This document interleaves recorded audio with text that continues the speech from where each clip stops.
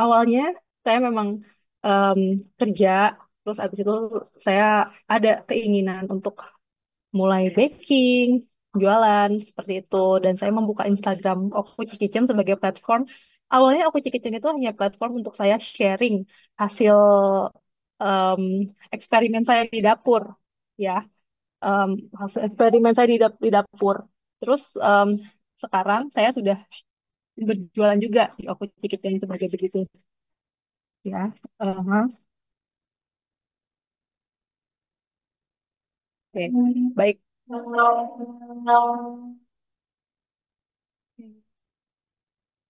Nah, jadi em, di kesempatan hari ini saya ingin sekali berbagi dengan Bapak Ibu dan teman-teman semua tentang peluang untuk bisnis home bakery bagi siapapun yang saat ini siapa tahu juga masih sama seperti saya. Jadi siapa tahu juga masih ada kegiatan di kantor seperti itu. Gimana sih tips dan triknya kita bisa mulai usaha bakery seperti itu. Ya, oke. Ini adalah Okuchi Kitchen. Ya, jadi ini saya perlihatkan Instagram Okuchi Kitchen. Di sini followersnya 2.000. Ya, memang Okuchi Kitchen emang agak slow growing kalau misalkan dilihat ya, karena em, sekarang ini rusak. Udah di kerja.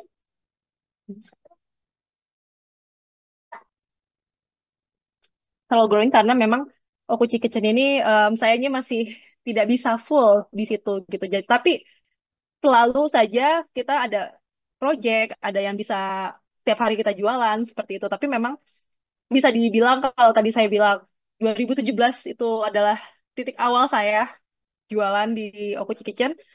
Sorry ya, 2017 itu saya jualan. Ya, memang udah lama ya perjalanannya, udah hampir 8 tahun berarti. Tapi apa followersnya masih 2.000 karena masih membagi waktu. Cuma kita tetap ada gitu loh, tetap ada. Saya membuka platform juga di berjualan di di Shopee Food, di GoFood seperti itu. Lalu ini TikTok Okuchi Kitchen, ya. em, jadi em, Okuchi Kitchen sendiri ini produk utamanya adalah cheesecake. Jadi dari awal kami buka di tahun 2017 itu yang kami jual adalah cheesecake dan lemon cake. Jadi untuk lemon cake ini sebenarnya ada ceritanya sendiri.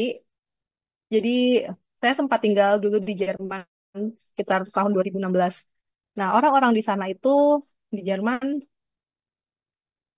mereka semua bisa bikin kue sendiri karena kue di Jerman tuh harganya mahal. Kayak satu slice itu harga 50.000 untuk satu slice. Kayak sekitar 3 euro. Dan mereka tuh pasti bikin sendiri gitu. Jadi em, itu menginspirasi saya.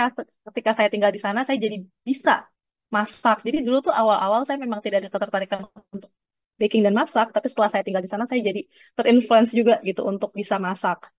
Apalagi bikin kue gitu. Karena mereka di rumah tuh bikin kue jago-jago banget. Karena memang harga kue kalau beli sendiri tuh mahal. Seperti itu. Dan setelah saya pulang, saya jadi kangen sama kue-kue yang dulu saya makan di sana.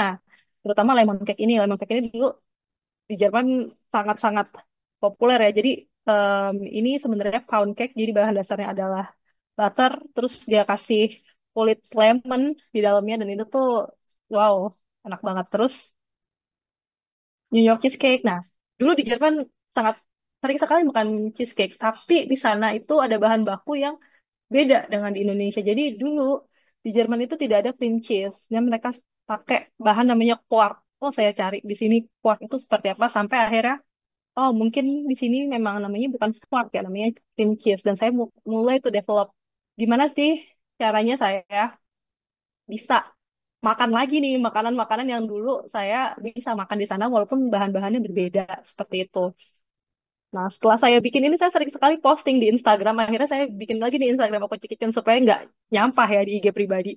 Saya posting di aku Kitchen, terus teman-teman suka. Nah, lalu setelah saya kerja kantor nih, 2017 saya kerja kantor, kan saya kerja kantor.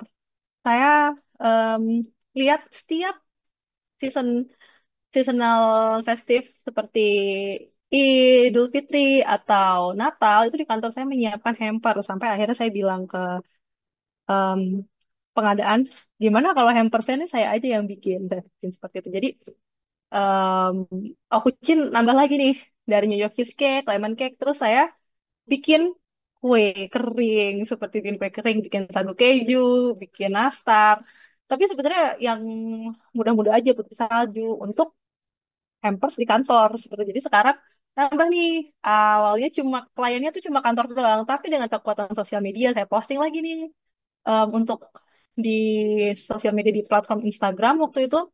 Jadi ada juga yang pesan dari kantor lain bahkan gitu ya. Jadi saya jadi kenal nih, oh em,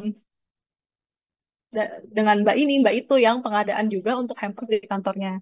Oke, sempat dulu kita vakum karena 2020 saya menikah dan alhamdulillah langsung dikasih anak, jadi sempat vakum. Dan setelah anak saya udah lumayan bisa ditinggal, saya kembali lagi nih dengan posisi sudah di Bogor. Saya kembali lagi berjualan cheesecake, terus juga menambah lagi nih ke mini fruit pie, terus ke mini tartlet. Ini isinya cheesecake juga ya, dan mini cheese pie. Jadi ini adalah produk-produk yang saya develop saat saya sudah sekitar 2 tahun yang lalu, sekitar masih apa di rumah mencari, bukan di rumah, pindah waktu itu juga posisinya saya lagi pindah kota dan mendevelop hal-hal yang baru gitu. Kira-kira saya bisa berjualan apa ya dengan kondisi sekarang saya juga sudah punya anak seperti itu, apa yang kira-kira bisa saya em, siapkan tapi tidak menyita waktu, dan sekarang bertambah nih mini cheese pie, mini tartlet, juga mini fruit pie. Lalu sekarang 2 tahun, setahun terakhir bertambah lagi menunya yaitu spaghetti brulee, brownies, dan baked cheesecake. Ya, intinya sih sebenarnya saya paling suka jualan ini sih cheesecake ya. Jadi memang menu-menunya kebanyakan cheesecake seperti itu. Oke, nah saya mau ingin memberikan insight kenapa ya bisa kita punya side hustle itu sebagai bakers. Jadi apa sih side hustle?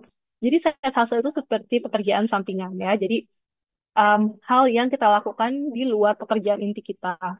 Nah, ini di sini saya sebenarnya saya tadi sudah saya jelaskan saya adalah pegawai swasta ya di salah satu kantor yang berurusan dengan pendidikan ya. Saya sendiri backgroundnya nggak ada background pastry sama sekali karena saya adalah lulusan pendidikan bahasa Jerman ya. Jadi dulu tuh memang pendidikan bahasa Jerman, lalu S2-nya bahkan linguistik. Terus sekarang saya set hustle-nya jadinya dua sekarang. Set hustle-nya adalah jadi bakers dan jadi penerjemah. Seperti itu. Tapi yang paling lama saya lakukan adalah sebagai bakers ini. Ya, karena kenapa kita bisa menjadikan bakers ini sebagai side hustle kita? Karena ini bisa menambah pemasukan dan ini juga bisa menjadikan kita mengembangkan passion kita gitu.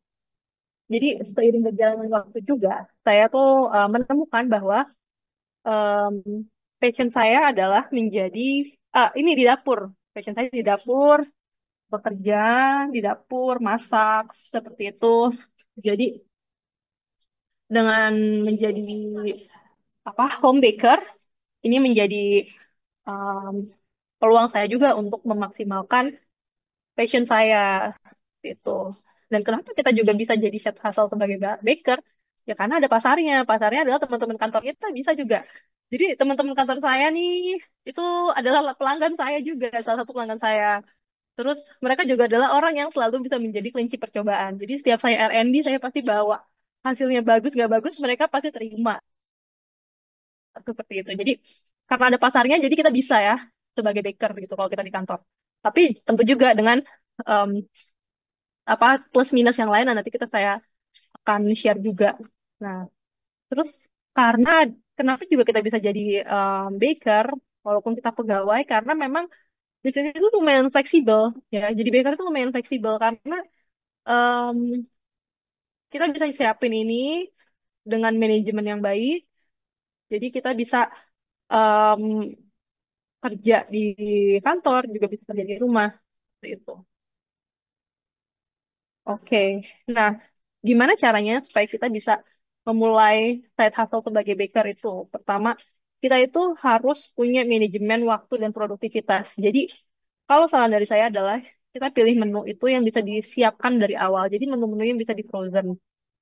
Jadi, kadang kalau kita belajar industri em, bakery atau pastry, kadang-kadang nggak semua kue itu yang kita beli itu tuh kue yang baru banget mateng gitu. Jadi itu kue bisa disiapkan dari beberapa hari dan ditaruh di freezer seperti itu. Waktu saya di Jerman juga seperti itu saya tahu karena orang-orang di sana tuh biasanya juga menyimpan kue. Jadi kue itu disimpan sama mereka udah dibikin disimpan lalu dimasukin ke freezer. Nah pas dia mau gunakan kue itu mereka tahu lagi di luar di suhu ruang sampai dia em, kuenya itu lunak atau dimasukin ke microwave. Jadi memang tidak perlu kita bikin kue tuh yang freshly gitu. Terus habis itu juga di dulu tempat em, saya di sana, saya melihat di bahasanya di konditor ya apa konditor bakerynya. Mereka tuh ada lemari yang isinya stok-stok kayak sponge cake gitu. Jadi tinggal menyediakan satu hari untuk stocking barang. Nah, setelah ada pesanan tinggal dikeluarin, habis itu di dekor kuenya seperti itu ya. Nah, jadi kita pilih kira-kira apa bahan apa kira-kira produk yang bisa kita jual, tapi produk ini em, bisa kita stok gitu loh, bisa kita taruh di freezer dalam waktu agak nggak lama sih, nggak sampai berbulan-bulan, paling juga seminggu gitu, seminggu 2 minggu. At least kita nggak kayak kejar-kejaran kayak gitu ya. Oke, tentukan jadwal bikin di luar hari kerja ya. Itu saya bilangnya stocking day gitu. Jadi ada satu hari di mana saya tuh bikin kue dalam batch yang banyak. Nah, lalu saya rapikan ya. Biasanya saya bungkus pakai plastik wrap satu-satu dan saya masukin ke dalam kontainer dan saya masukin ke freezer. Maksimalkan waktu luang. Nah, ini adalah penting banget. Kita harus memaksimalkan waktu luang karena kalau kita punya side hustle itu kita benar-benar kejar-kejaran ya di saat orang-orang abis 9 to 5, 5-nya itu udah free night. Kalau kita tuh udah free time, sorry udah free time, nah kita tuh masih harus mikirin abis itu tuh kita ngapain. Kalau saya jam 5 itu tuh saya buka di Shopee Food, GoFood, dan GrabFood gitu ya. Nah di sela-sela saya menunggu order, saya bisa kerjaan kerjaan saya yang lain. Oke. Terus otomasi dan sistem pre-order efisiensi. Nah, ini juga bisa misalkan apa makanan atau produk yang Bapak Ibu mungkin mau jual ini tidak apa tidak bisa di freeze, di frozen gitu. Misalkan kayak ada beberapa makanan yang memang tidak bisa di frozen karena akan apa berubah gitu ya teksturnya dan lain sebagainya. Itu mungkin bisa menggunakan sistem pre-order. Jadi bikin sistem pre-ordernya di mana di Sabtu Minggu seperti itu. Lalu dengan pengelolaan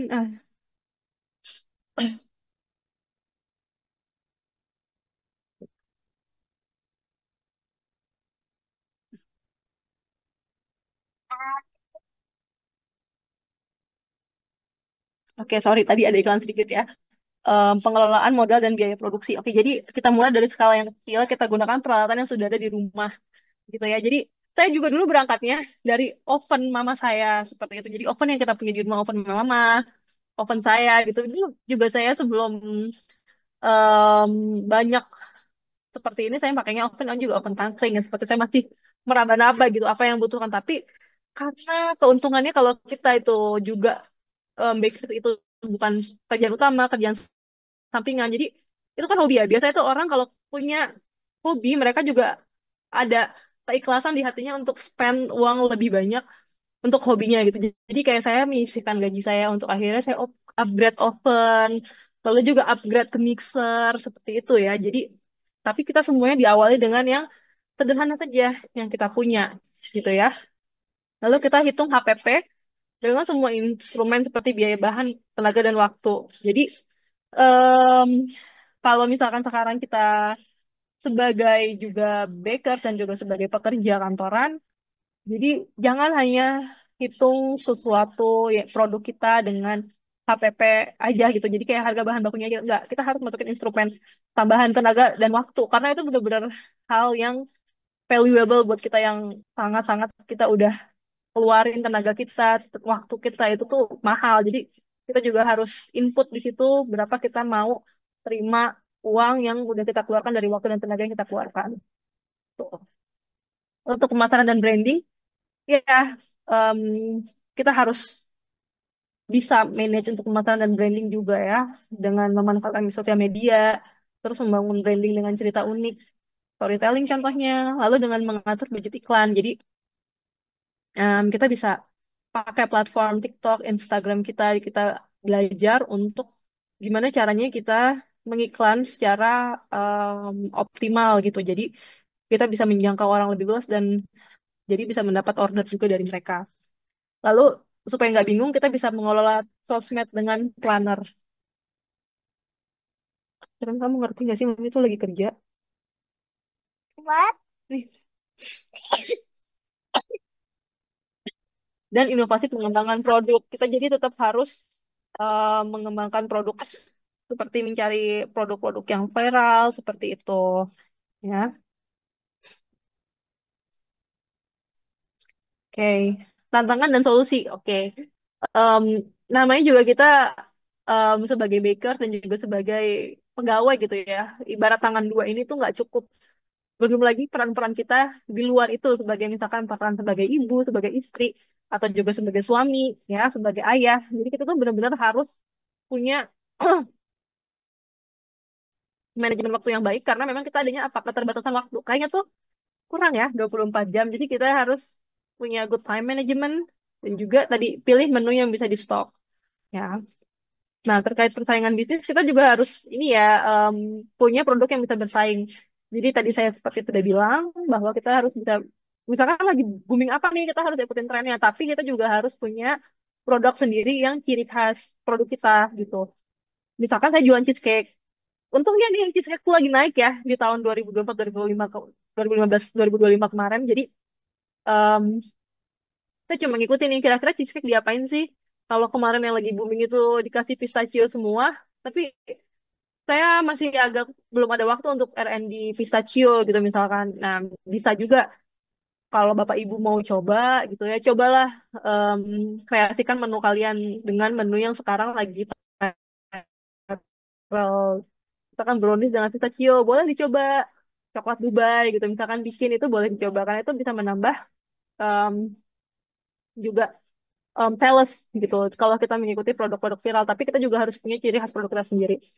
Nah, yang ini agak susah nih, konsistensi. Ya, kita tuh harus, walaupun kita repot, tapi kan namanya kita jualan, kita tuh harus konsisten. Konsisten upload konten dan konsisten jam buka. Jadi, upload konten ini mungkin susah, tapi kita bisa pakai planner. Planner itu apa? Kita cari aja di e-commerce gitu ya, template sosial media planner. Jadi itu sebenarnya kayak ada table, table, um, tabel, terus kita bisa isi hari ini kira-kira kontennya apa. Jadi kita tuh udah terkonsep untuk em, materi di sosial media tuh materinya apa aja, ya. Dan itu konsisten di jam buka karena yang namanya jualan kalau misalkan kita bukanya tuh sesuai mood itu kadang-kadang memang bikin pelanggan juga males gitu. Jadi kita harus set kayak contoh saya jualan juga di luar dari em, jualan yang direct sales ke saya juga jualan di platform Shopee Food, GrabFood, dan GoFood gitu. Nah, itu saya atur nih jam bukanya setiap jam berapa sebelum saya berangkat kerja. Jadi dari jam 5 sampai jam 8 toko saya nyala bunyi. Sorry, nyala aktif gitu ya. Tapi setelah jam 8 dia otomatis mati, tutup sampai ke jam saya pulang kantor tuh jam 7 baru dia buka lagi. Gitu. Nah, untuk marketing strategi ini tuh saran dari saya kita mungkin bisa pakai namanya mewakili kondisi kita gitu. Misalkan kita sambil kerja, kita bisa bikin pakai nama Sunday Bakes atau Baking on Weekend kayak gitu. Jadi kayak oh jadi ya udah tokonya emang bukanya cuma weekend yang kayak gitu. Jadi orang tuh lebih apa ya, lebih aware. Oh kalau ini dia cuma bisa kita pesan dia tuh di saat-saat weekend aja atau after after work bakery yang kayak gitu kita bisa bikin lama. Terus pakai jasa foto produk yang bagus. Jadi em, saya sendiri untuk katalog-katalog ya, katalog-katalog yang mau saya show itu saya pakai jasa produk foto. Sebenarnya kalau menurut saya itu nggak terlalu mahal, kayak di 300.000 saya dapat fotonya tuh banyak banget. Saya bisa kirimin 6 produk kayak 6 produk yang bisa dia fotoin. Hasil tuh bagus. Jadi maksudnya bikin orang itu tuh apa ya tergerak untuk membeli. Nah, terus juga paid promote ya. Jadi kita juga aturkan budget karena saya memang di sini fokusnya jualan itu memang online ya, online em, di online platform. Jadi memang menggunakannya paid promote. Karena kalau misalkan saya jualannya um, direct yang kayak saya jualan di toko gitu, itu memang belum bisa kehandle buat saya ya. Jadi ini basicnya memang waktu itu masih online. Nah, untuk langkah awal, mungkin kita bisa tentukan minat kita ya karena jenis apa industri bakery itu pastry itu banyak ya. Jadi mau apa nih? Mau roti kah? Mau kue kah? Kuenya mau apa? Mau kue-kue yang bahannya butter seperti pancake atau chiffon cake ya. Baik pancake, baik chiffon cake itu juga bisa di frozen sepengetahuan saya. Jadi kita bisa stok yang banyak lalu nanti pas ada order kita bisa keluarin di hari berikutnya atau kita pakai microwave untuk kita defrost atau reheat seperti itu. Lalu kita start bikin bisnis plan, rencananya apa? Em, bisnis kita ini sebulan, 6 bulan, 1 tahun itu rencananya bagaimana? Lalu invest untuk alat-alat penunjang yang memudahkan kita. Ya, jadi ini tuh benar-benar sangat-sangat apa ya? Alat-alat atau em, alat-alat yang kita gunakan itu benar-benar bisa jadi game changer gitu buat kita. Jadi awalnya memang saya pakai oven kecil, tapi kemarin saya beli oven deck di saat mesin. Oh my God, itu benar-benar game changer banget karena dengan oven deck, kayak contohnya itu semua hasil panggangan saya tuh bagus semua gitu dibanding dengan oven listrik dan oven tangkring itu kadang-kadang saya masih ada suka gagal, maksudnya kayak ada yang gosong, apinya nggak rata. Tapi dengan oven deck itu tuh saya benar-benar nggak ada bahan yang kebuang karena saya gagal panggang gitu ya. Terus juga mixer dulu saya pakai hand mixer yang kecil gitu, hand mixer yang kecil yang mungkin kalau sekali ngadon cuma bisa 1 kilo adonan. Nah, saya upgrade lagi ke planetary, jadi bisa lebih banyak gitu ya. Sekali bikin tuh bener-bener kayak menghemat waktu gitu. Terus microwave tadi saya bilang ya, jadi sistem saya tuh saya memang memfrozen produk-produk saya dan saya reheat gitu pas untuk penyajiannya. Jadi saya membutuhkan juga microwave. Untuk cheese pie saya membutuhkan air fryer. Jadi cheese pie itu di luarnya tuh garing ya, di dalamnya tapi nggak garing. Itu nggak bisa pakai microwave, itu harus dipanggang lagi. Jadi saya pakai air fryer. Jadi biasanya saya pakai air fryer untuk pesanan itu kayak sekitar 15 menit. Jadi kuenya tuh masih garing seperti itu. Lalu kita harus mulai memang membangun sosial media. Jadi kita harus promote sosial media, promosi di sosial media. Jadi kayak ya udah em, apapun yang kita bikin hari ini kita harus posting, kita harus kasih tahu. We have to tell the world apa yang kita bikin hari ini, apa yang sedang kita pesanan siapa, kita lagi ngebungkusin punya punya siapa nih kita harus kasih tahu gitu. Jadi emang promosi sosial media. Karena kadang-kadang orang tuh suka mikir kalau kita nggak update itu kita tutup atau kita udah nggak jualan lagi. Padahal enggak ya. Kadang-kadang kita cuma capek aja gitu. Makanya kita nggak update. Nah, caranya gimana? Nah, jadi kalau misalkan Bapak Ibu Instagram masih share di Instagram pribadi, bisa convert ke Instagram bisnis. Karena di Instagram bisnis itu ada feature um, schedule posting. Jadi kayak tinggal masuk-masukin aja nanti dia tuh otomatis posting kayak gitu loh. Jadi let everything berjalan dengan automatically gitu. Kayak misalkan tadi pakai planner seperti itu. Terus keep the consistency ya ini harus tetap konsisten dari awal. Misalkan kalau kita memang jualannya di online platform, konsisten untuk upload. Kalau misalkan kita jualannya itu di toko fisik ya harus ada bukanya gitu. Harus ada toko apa jam bukanya itu harus konsisten. Nah, oke, sorry sebentar ya. Kamu bisa diem nggak?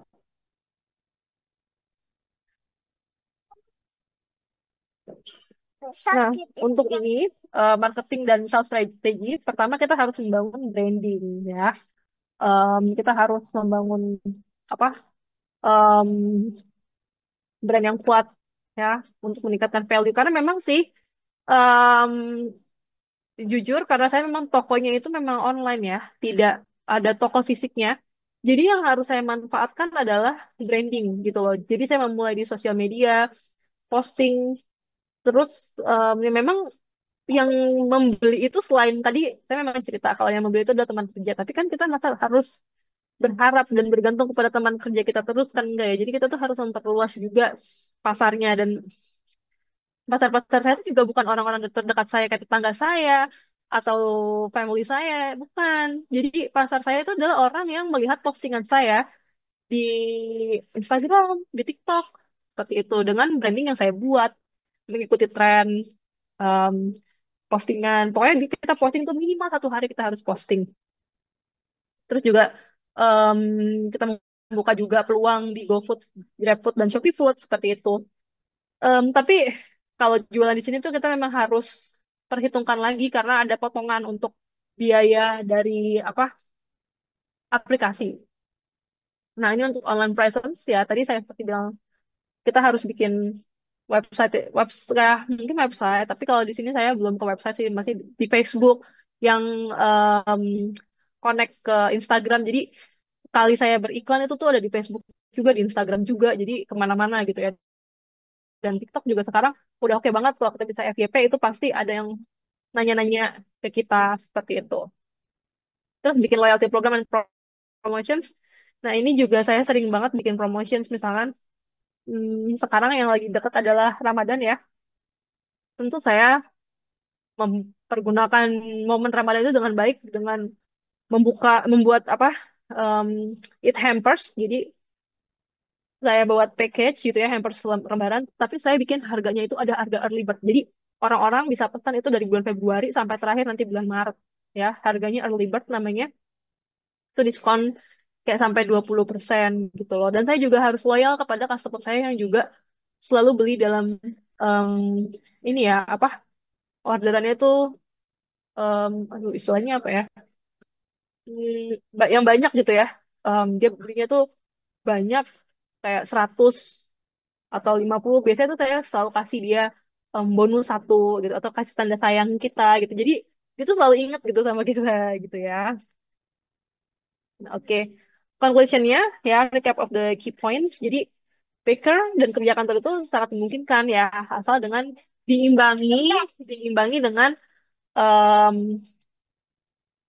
manajemen waktu yang baik dan juga manajemen untuk promosi dan sosial media yang baik juga. Kita harus tahu apa produk kita tuh bagaimana cara mengelolanya, bagaimana kita cara menghandle-nya supaya kita tuh tidak keteteran dalam menghadapi pesanan karena kita tuh juga nggak hanya ngurusin bakery kecil kita ini, tapi juga ada kerjaan utama kita gitu ya. Oke, sepertinya itu aja yang bisa saya sampaikan hari ini. Semoga bermanfaat bagi Bapak Ibu, teman-teman semua ya, yang mungkin sekarang tuh masih bingung nih, aduh, kira-kira saya bisa nggak ya jadi jual kue gitu, walaupun saya masih ngantor, saya juga masih ada nih em, pekerjaan utama, apakah saya bisa ya? Jawabannya, insya Allah bisa. Gitu. Terima kasih Mbak Sarah.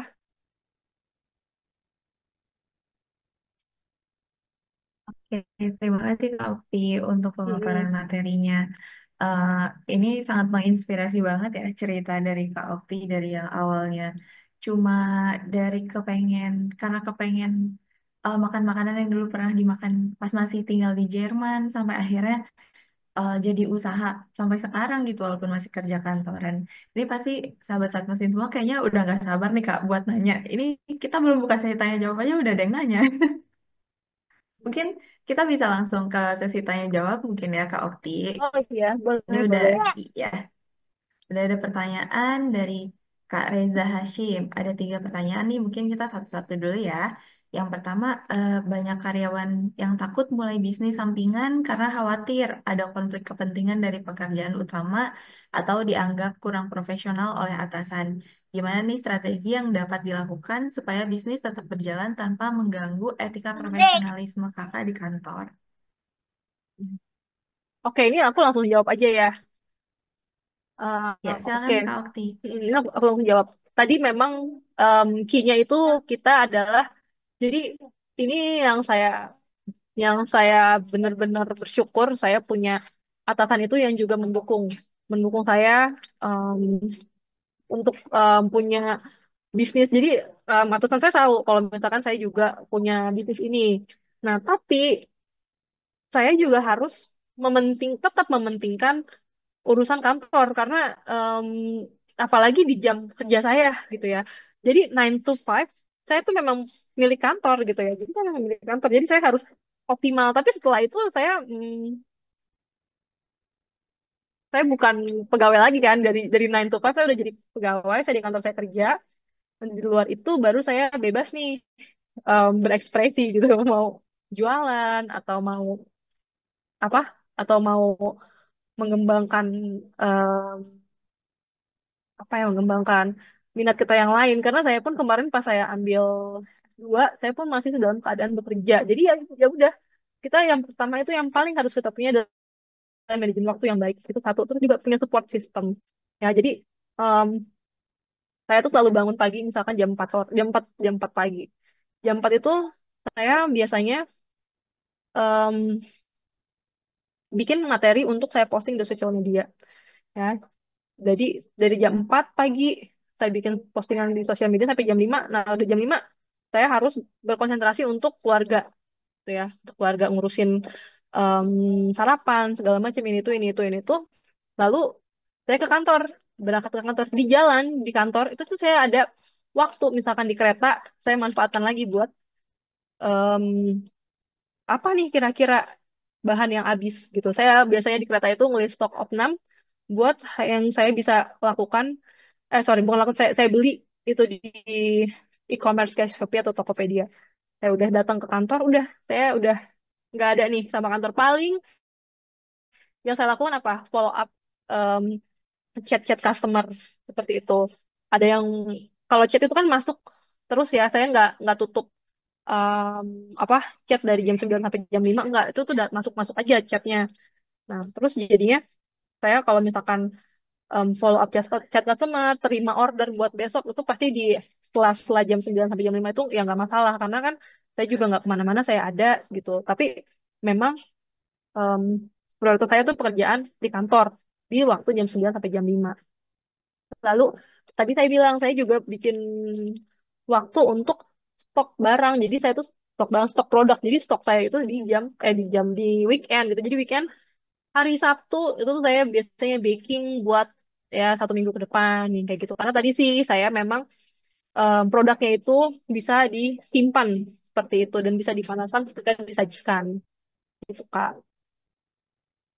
Jadi kalau misalkan ditanya bagaimana menjaga profesionalitas di kantor, ya itu pertama adalah dengan manajemen waktu sih dan memang kita tahu apa prioritas kita. Selama kita memang em, di kantor, prioritas kita adalah kantor gitu di jam 9 sampai jam 5. Setelah itu ya kita bisa em, memprioritaskan hal lain di luar kantor seperti itu Kak Saras.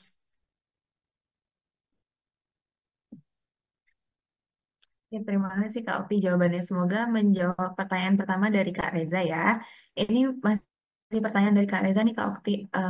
Iya. Mungkin pertanyaan keduanya ini dalam membangun bisnis home baking, kapan sih Kak seorang homebaker tuh harus pikir mulai ke investasi lebih besar kayak sewa dapur atau mungkin sewa barang-barangnya, mesin-mesin dan rekrut karyawan atau bahkan sampai benar-benar 100% mau fokus sama bisnis aja nih. Kira-kira yang jadi pertimbangan itu semua indikatornya apa sih Kak?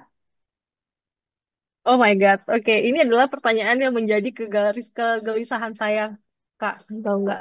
Kenapa? Karena memang sekarang Okuchi itu sudah semakin banyak ininya apa semakin banyak salesnya gitu semakin tinggi. Jujur saya sekarang itu sedang agak keteteran ya. Keteteran dari sisi em, sering banget saya ujinya itu begini. Kadang-kadang saya selalu diuji, misalkan ada orang yang ngechat gini, Kak, bisa nggak kuenya? Aku pesan kue buat sore ini. Sebenarnya itu bisa banget gitu loh. Kue saya itu sangat-sangat mudah. Jadi kayak cheesecake, tinggal di reheat aja di microwave, terus dikasih topping. Topping, contohnya um, sorry, topping seperti ini nih, yang seperti ini. Itu sebenarnya kuenya udah ada gitu ya. Kuenya udah ada, tinggal dipanasin, terus tinggal dikasih topping aja. Tapi nggak ada yang ngerjain gitu loh. Jadi memang Dalam kondisi saya tuh saya seharusnya udah punya pegawai mas gitu tuh. Cuma kadang saya juga mikirkan, ya pokoknya ini tuh lagi jadi kerisauan saya gitu mas. Karena saya juga lagi di posisi seperti itu. Teman-teman saya tuh udah sering ngomporin saya, udah lu tuh harus tambah satu lagi orang buat ngejagain toko lu tuh harusnya udah pindah punya punya toko baru udah gini gini gini udah fokusnya tuh di sini. Dia bilang kayak gitu. Cuma ya jujur saya juga masih berat untuk melepas pekerjaan saya gitu ya.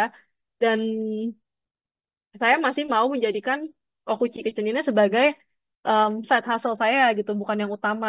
Tapi kalau dalam kondisi sekarang itu saya kondisinya adalah sudah harus punya karyawan karena saya sekarang udah em, lagi naik salesnya gitu Mas. Saya juga udah pokoknya per tahun kemarin karena saya ngeliat salesnya tuh bagus ya. Kapan kita harus investasi kata Mas tadi? Kapan kita harus mulai investasi ke barang-barang penunjang untuk kita ya itu saat kita udah mulai butuh gitu loh. Saya mulai butuh saat apa? Saat sales saya naik sekarang. Sales saya naik karena apa? Branding saya di sosial media yang juga naik. Jadi saya em, alhamdulillah sekarang salesnya bagus dan jadinya saya oh nggak bisa nih. Masa saya masih pakai oven yang cuma bisa bikin satu kali masuk itu cuma 25 mini cheese pie gitu kan. Lama gitu. Bisa seharian banget bikin mini cheese pie kalau dulu. Sekarang saya udah em, beralih ke oven deck. Sekali masuk dalam satu kali sekali saya manggang 20 menit itu masuk sekitar 60 60 mini cheese pie gitu. Terus cheesecake yang apa? Yang ini sekali panggang bisa masuk 17 gitu. Jadi bener-bener sesingkat itu gitu loh, cepet bikinnya. Jadi kita nggak perlu ngabisin waktu seharian. Saya punya waktu sehari ini misalkan saya punya waktu untuk stocking itu ada dari hari Sabtu, di hari Sabtu misalkan saya start di jam 8, jam 1 saya udah bisa selesai bikin mini cheese pie, cheesecake, brownies itu udah beres. Udah sisanya sore saya tunggu mereka dingin, saya wrap, saya masukin ke freezer dan setelah mau dessert saya tinggal hangetin gitu. Jadi lihat dulu kira-kira sales kita udah oke belum? Kalau kita udah oke dan udah mulai keteteran, kita memang harus investasi ke barang-barang penunjang seperti itu. Gitu ya, Mas. Semoga menjawab. Oke, terima kasih Kak Okti jawabannya. Semoga Kak Okti juga kegelisahannya segera terjawab nih ya Kak. Untuk apakah Iya. lanjut 100% atau masih stay jadi tetap eh, jadi officer dan juga sebagai Mm-mm. baker. Nah, masih dari Kak Reza nih. Kak Reza semangat Mm-mm, boleh, banget boleh. kayaknya.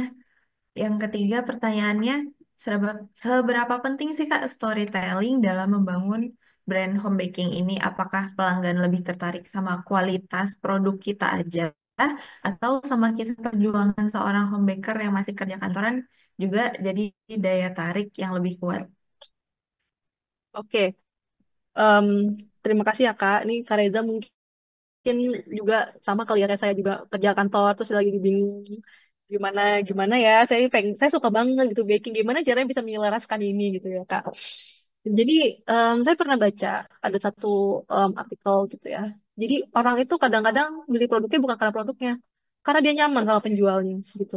Jadi sebenarnya saya pun sebagai penjual ya, ini di luar saya adalah em, pegawai atau apa. Jadi saya memang em, pertama nih, sorry sorry, ini kayaknya agak lompat-lompat, tapi di awal dulu ya tentang storytelling. Awalnya Kak, karena kita tuh mau membangun brand di sosial media gitu ya, kita tuh harus bikin dulu kira-kira apa yang mau kita sampaikan gitu, apa kira-kira yang menarik. Salah satu yang menarik adalah bikin storytelling gitu. Intinya kita harus punya em, ibarat corong, orang itu masuk dulu Kak ke corong itu. Gitu. Gimana caranya orang itu tertarik untuk masuk ke corong? Atau yang disebut itu funneling, ya, masuk itu ke corong. Terus kita mengerucut, mengerucut, mengerucut. Mungkin mereka tertarik sama video kita. Dari 10 orang, 8 orang tertarik ke video kita. Terus kita kesaring lagi. Mungkin 6 orang tertarik untuk kontak kita dan mau mencoba produk kita. Udah mencoba, ya kualitasnya pasti harus bagus dong. Kita jualan, namanya jualan ya. Harus bagus. Nanti dia bakal repeat order. Jadi loyal customer itu sih Kak untuk goals-nya. Jadi yang pertama memang kita bangun branding dulu. Kita apa bagusin dulu sosial media kita. Karena memang ini tuh memang cara yang paling, menurut saya paling optimal gitu. Gimana caranya kita menjangkau orang. Misalnya Kak, kita mau jualan gitu. Mau jualan di depan gang rumah kita. Tetangga aja kadang tuh belum tentu mau beli gitu. Gimana caranya kita bisa menjangkau orang banyak, tahu produk kita. Menurut saya yang paling gampang adalah dengan sosial media, lewat TikTok atau lewat Instagram. Ya, orang lihat kita di TikTok, dia beda 5 atau 10 kecamatan dari kita juga kalau dia lihat video kita, dia tertarik, dia beli Kak. Tapi tetangga kita nih, kadang kita udah buka toko aja tuh dia tuh nggak belum tentu gitu mau coba. Justru tadi saya udah bilang, jadi pelanggan saya itu, saya tinggal di komplek di rumah saya Kak. Rumah saya di Bogor itu ya komplek ya, komplek kayak semacam home townhouse gitu lah ya, kayak 10. Pelanggan saya tuh nggak ada Kak, dari tetangga saya tuh nggak ada. Mereka tuh jauh-jauh dari Bogor Utara, dari Bogor Kota. Saya sendiri tinggal di mana, di kabupaten di dekat kampus Dramaga gitu, di PB Dramaga. Jadi em, orang-orang yang beli ke saya pertama itu orang yang jauh ya, yang ngelihat saya di Instagram, ngelihat saya di TikTok. "Kak, aku mau dong beliin ini buat teman aku." Terus orang-orang yang mau wisuda. Jadi sebenarnya sih menurut saya pertama jangan takut ya. Karena orang ulang tahun tiap hari gitu. Pasti ada orang yang beliin birthday cake itu buat temannya, buat pacarnya, buat ibunya, kayak gitu. Jadi ada yang mau wisuda gitu. Kan dari kayak anak tetangga saya nih mau beliin buat eh, temennya wisuda. Malah orang-orang lain beliin buat temennya wisuda karena mereka lihat nih saya em, bikin postingan jualan apa package untuk wisuda, package untuk habis kolokium, seminar yang seperti itu yang mereka lihat. Jadi tadi pertanyaannya seberapa pentingkah branding storytelling? Oh itu sangat penting sekali gitu. Dimana orang tuh tahu ya nggak harus tentang kita perjuangan. Kadang-kadang kita bikin aja postingan di TikTok gitu, kegelisahan-kegelisahan kita aja kayak, aduh udah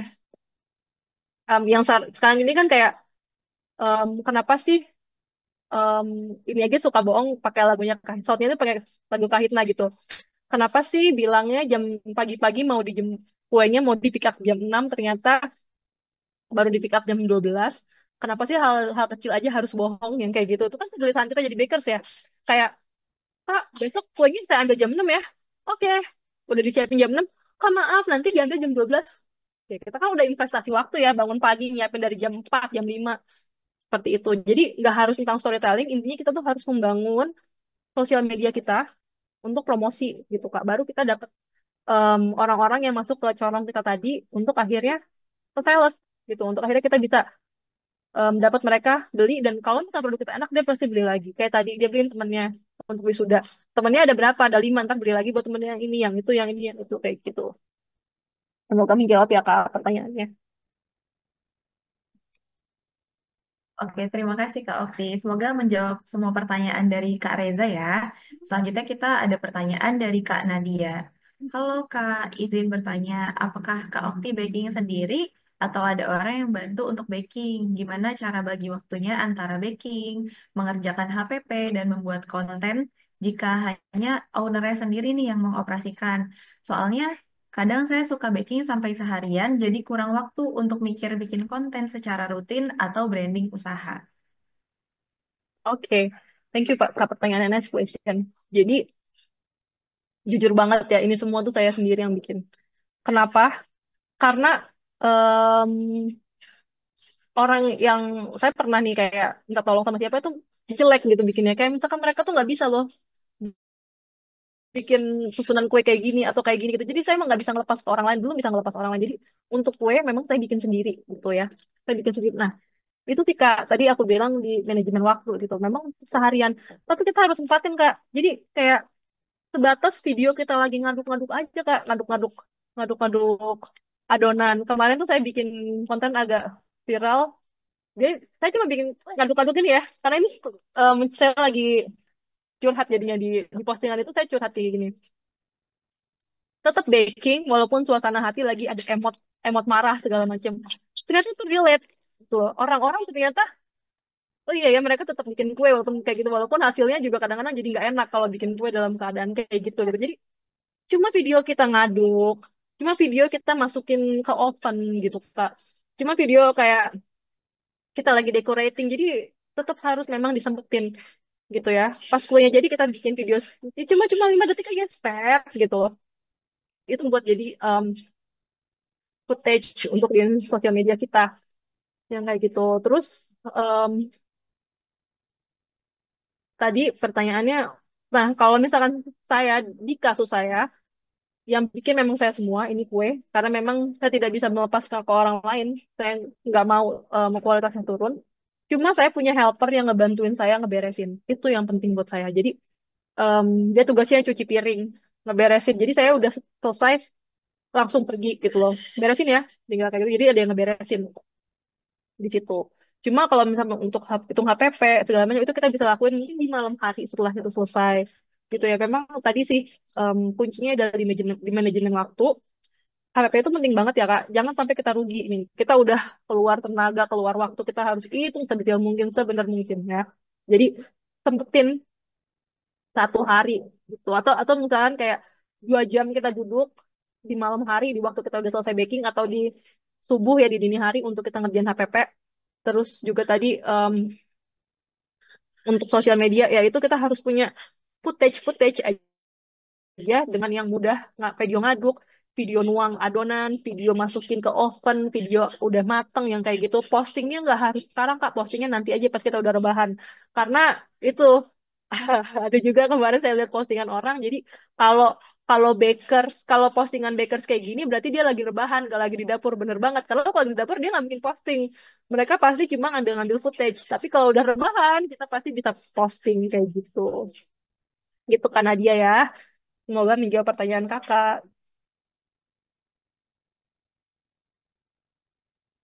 Oke, terima kasih Kak Okti. Kita lanjut ke pertanyaan berikutnya ya. Dari KMSY Eka. Assalamualaikum Kak, saya mau tanya apa penyebab kue itu suka mengeras? Gimana sih cara mendapatkan tekstur kue yang lembut? Dan satu lagi, gimana caranya bisa bagi waktu antara pekerjaan dan bisnis sampingan? Oke, makasih ya kak pertanyaannya. Nah, ini kalau misalkan tekstur kue keras, itu sebenarnya em, aku nggak bisa langsung jawab begini begitu, karena pertanyaan aku mau nanya dulu, ini kuenya kue apa kak kira-kira?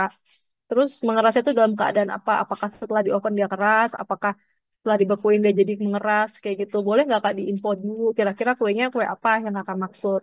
Kayak gitu. Nah, kalau untuk tadi bagaimana cara bagi waktunya itu adalah harus itu good time management dan konsistensi sih. Pertama, kita harus tahu prioritas kita di mana, ya. Jadi, jadi gini sih Kak. Em, tadi kan memang pada nanya ya.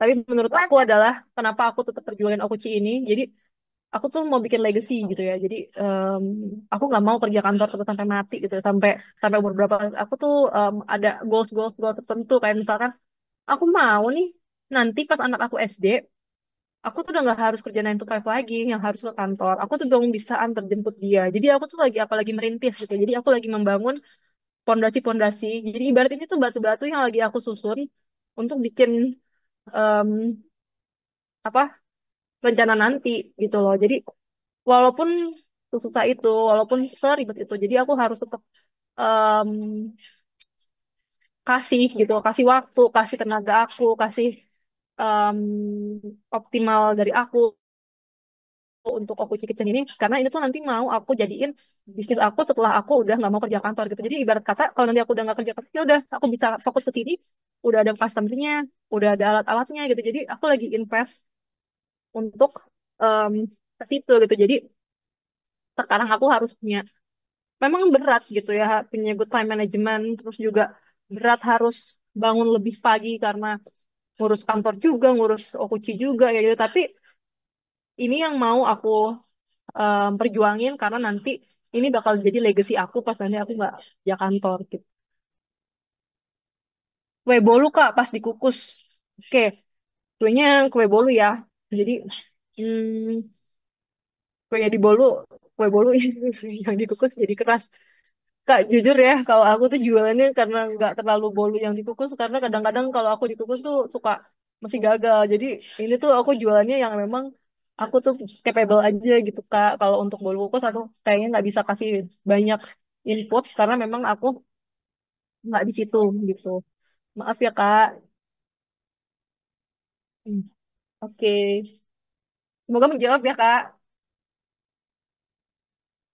Ya, oke, terima kasih Kak Okti. Semoga terjawab ya Kak Eka untuk eh, pertanyaannya. Kemudian ada pertanyaan dari Kak Layina. Izin bertanya Kak Okti, kalau baru memulai usaha bakery nih, lebih baik fokus membangun branding dulu atau langsung mulai jualan aja sih, walaupun brandingnya belum matang. Terima kasih. Oke, jadi mau usaha bakery ya. Menurut aku, kalau kita mau usaha bakery, kita tuh harus R&D. R&D itu apa sih? R&D itu Research and Development. Nah, bahan-bahan yang apa kegiatan kita pas R&D ini bisa kita jadiin konten untuk bekal sosial media kita, gitu ya. Jadi, em, misalkan mau mencoba nih bikin pistachio brownies atau apa, ya udah kita harus tetap punya rekaman kita bikin itu dan kita posting itu bisa jadi modal karena kalau misalkan kakaknya mau fokusnya di jualan dulu gimana kak caranya kira-kira mau ngejualnya tuh di di platform apa terus habis itu caranya gimana nah kalau cara aku maunya itu em, lewat sosial media. Jadinya aku bakal ngegather semua em, yang aku punya, baru aku post di sosial media dan orang lihat dari situ dan mereka salesnya dari situ. Itu menurut aku jawabannya. Jadi apakah aku bangun branding dulu atau jualan dulu? Nah, oke, cara kalau kakak mau jualan dulu, cara jualannya mau dari mana kak? Gitu. Kalau misalkan kakak mau branding dulu, kakak bisa mulai branding dari cara kakak R&D misalkan tadi yang aku bilang gitu. Pas lagi kakak riset and development, itu kan ada hasilnya bisa sambil ditunjukin loh di sosial media begini begitu begini begitu gitu Kak. Oke, semoga menjawab ya Kak. Ya, terima kasih Kak Okti. Kita lanjut ke pertanyaan berikutnya.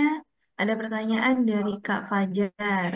Izin bertanya Kak Okti, saya kan pegawai, ada keinginan mau buka usaha sampingan. Gimana cara langkah-langkah mulai usaha itu Kak? Apa yang harus saya siapkan? Terima kasih sebelumnya. Oke, thank you Kak pertanyaannya. Nah, bisnis apa bakery ini kan tadi aku bilang ya Kak luas. Kakak maunya tuh yang mana dulu misalkan apakah mau fokusnya tuh ke roti. Nah, kakak harus tahu nih kalau kakak mau fokusnya ke roti apa aja yang kakak butuhin gitu ya. Apakah kakak harus punya apa misalkan fokus kalau misalkan kakak mau jualan roti bentuknya roti ya kalau roti itu yang bukan cake seperti ini itu tahu aku tuh agak agak agak panjang gitu ya stepnya kayak kayak seperti kita harus apa punya prover punya apa tuh namanya punya alat-alat yang menunjang gitu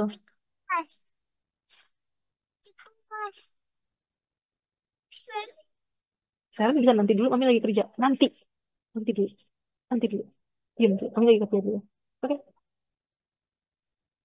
Sorry kepotong, sorry banget. Jadi langkah awalnya yaitu Kak tentuin Kakak mau jual apa gitu ya. Dan Kakak tuh harus tahu trik-triknya untuk ngejual itu gimana caranya. Terus em, coba tadi aku saya pegawai, saya ada keinginan langkah-langkah yang harus saya siapkan. Terima kasih. Oh ya, cari tahu dulu Kak, apa kira-kira produk Kakak yang mau dijual, ya. Terus apa yang bisa menunjang Kakak untuk produksi produk itu, gitu loh. Apakah Kakak harus invest ke alat, ataukah Kakak cuma harus invest ke em, waktu? Misalkan kayak apa ya? Misalkan Kakak mau jualan kue basah. Kue basah itu kan sebenarnya nggak perlu punya alat yang complicated kayak roti.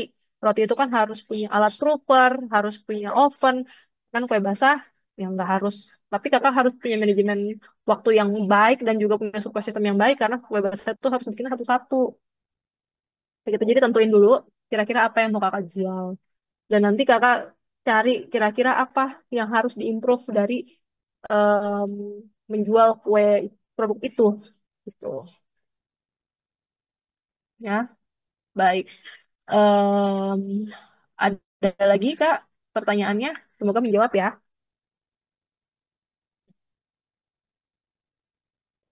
Oke, terima kasih Kak Opti. Semoga terjawab ya Kak Fajar untuk pertanyaannya.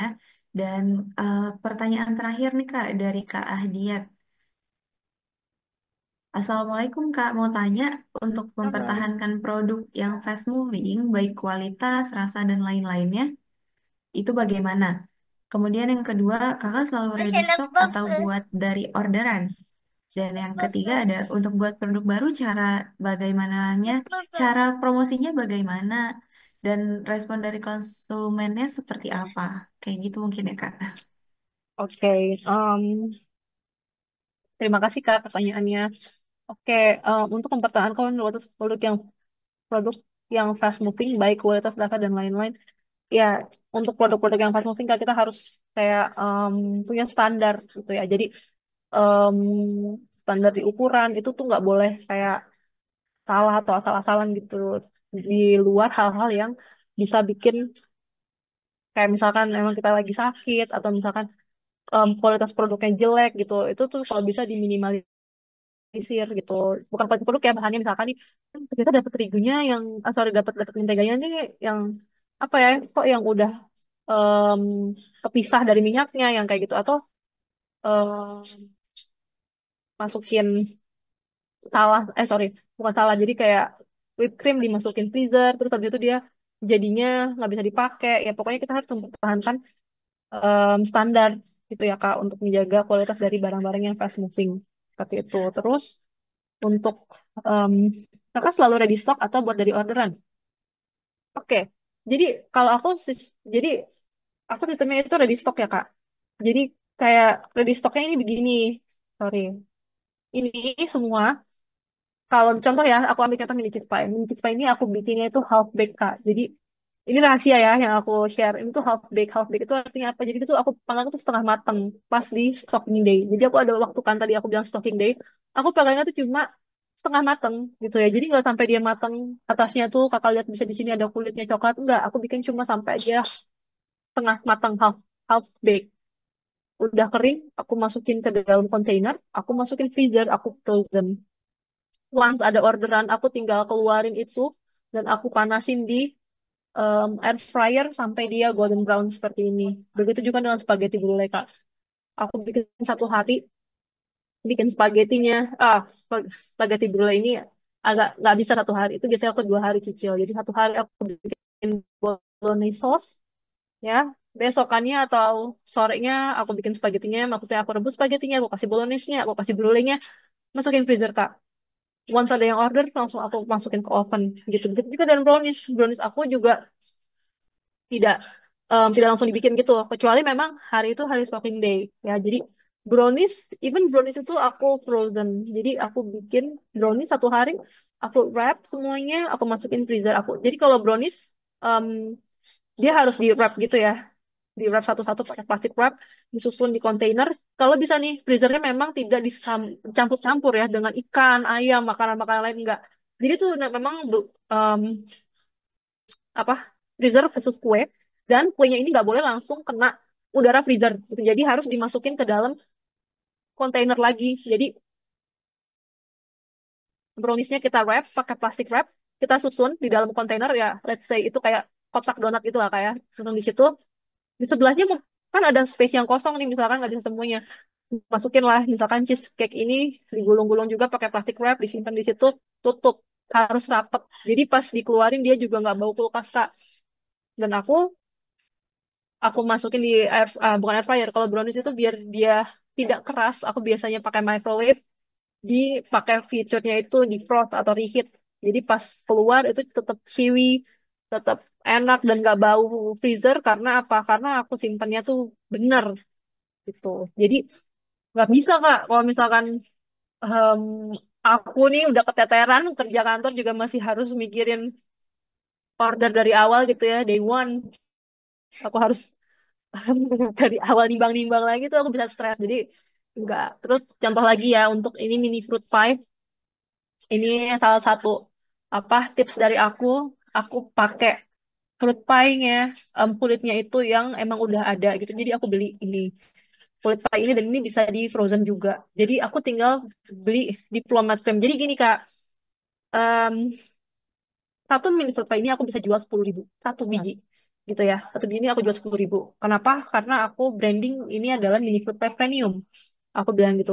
Ini aku pakainya apa? Diplomat cream. Ini bukan flat. Ini diplomat cream. Diplomat cream itu apa? Custard yang dikasih whipped cream. Aku pakai mandarin orange.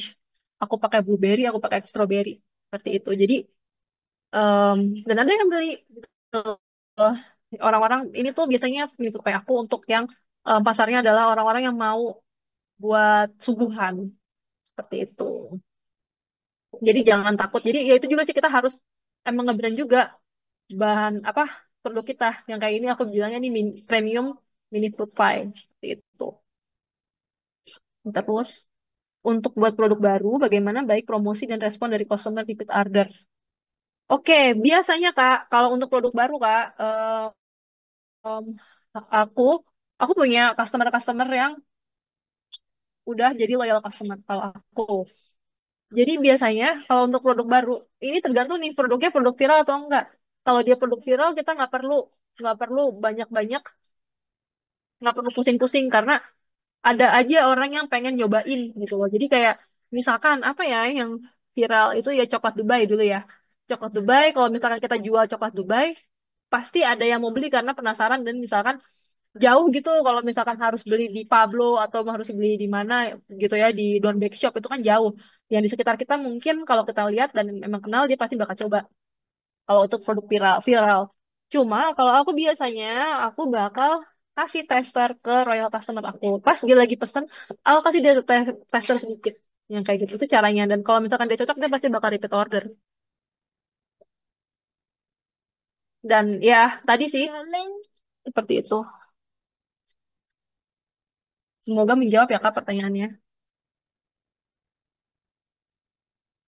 Oke, terima kasih Kak Okti sudah menjawab pertanyaan dari sahabat-sahabat Saat Mesin. Mungkin terakhir nih Kak, ada pesan nggak dari Kak Okti buat sahabat Saat Mesin yang mungkin mau mulai bisnis home baker, tapi juga masih kerja kantoran juga? Oke, kalau pesan dari aku, buat teman-teman nih yang kira-kira masih juga ngantor dan kita mau apa ada ini ya, maksudnya ada minat gitu, kita pengen gitu, pengen pengen loh, suka loh kita baking-baking ini, kita pengen lah ya, bisa juga jadi baker gitu loh. Ya itu possible banget. Kita bisa manfaatkan waktu kita di weekend. Terus juga kita harus punya good time management. Terus juga kita harus mulai bikin sosial media karena mungkin dan itu tuh harus tetap diri kita rintis ya teman-teman, maksudnya mari kita berpegangan tangan dan kita rintis usaha kita karena ya kita tahu lah jadi pegawai itu memang kadang-kadang ya ada sebelnya gitu ya. Pengen banget loh kita tuh bisa punya usaha dan kita rintis dari sekarang. Pokoknya kita harus mulai dulu karena ya tadi seperti saya bilang ibarat kita tuh lagi nyusun bricks gitu loh. Ini bricks yang pertama, yang kedua, yang ketiga nanti juga lama-lama bakal tinggi. Dan once kita udah nggak kerja kantor, kita udah punya hal yang kita bangun gitu. Jadi pertama apa? Tapi jadi maksud aku adalah jangan takut tuh. Jangan takut. Kita bisa ya dengan apa? Cari kira-kira tantangannya apa, solusinya gimana. Kayak gitu ya, Kak Sarah. Semoga bermanfaat ya, Kak. Tadi pesan dari aku. Oke, terima kasih Kak Okti. Semoga materi yang Kak Okti berikan, kemudian jawaban-jawaban atas pertanyaan sahabat Samesin, juga pesan yang Kak Okti sampaikan ini bisa membantu eh, kebingungan dan juga keraguan sahabat Samesin yang baru mau memulai bisnis home bakery ini. Oke, sebelumnya saya ada informasi nih buat sahabat Samesin semua.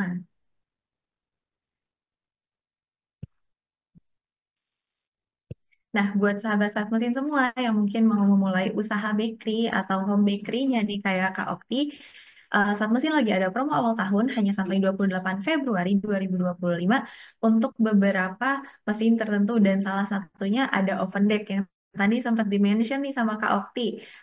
Kalian bisa langsung aja beli di saat mesin ya kalau misalkan kalian butuh oven deck ini supaya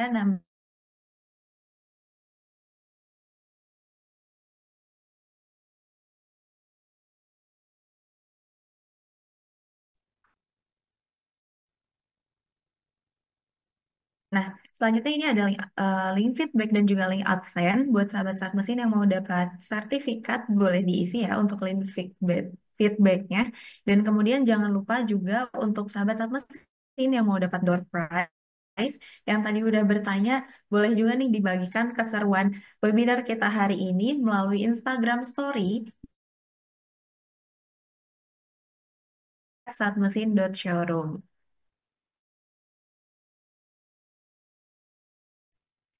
Oke, untuk linknya udah ditulis di kolom chat juga ya, bisa langsung dibuka dari sana. Selanjutnya kita ada sesi foto bersama yang bisa on cam, tolong on cam dulu ya biar kelihatan nih wajah cantiknya dan juga wajah tampannya. Jangan lupa siapin poster baik kalian juga nih. Kita ada 2 slide ya.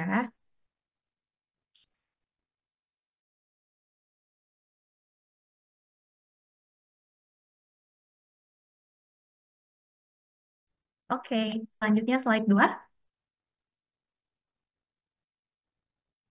Oke, terima kasih sahabat Sat Mesin semua yang sudah hadir pada hari ini. Juga terima kasih kepada Kak Okti yang sudah memberikan materi dan menyempatkan menjadi narasumber di pagi hari ini. Eh, Semoga kebahagiaan dan juga kesehatan selalu menyertai kita ya, sahabat Sat Mesin dimanapun kita berada. Saya Sarah sebagai moderator pamit undur diri dan mohon maaf apabila ada kesalahan dan kekurangan selama webinar. Selamat pagi, wassalamualaikum warahmatullahi wabarakatuh. Sampai jumpa.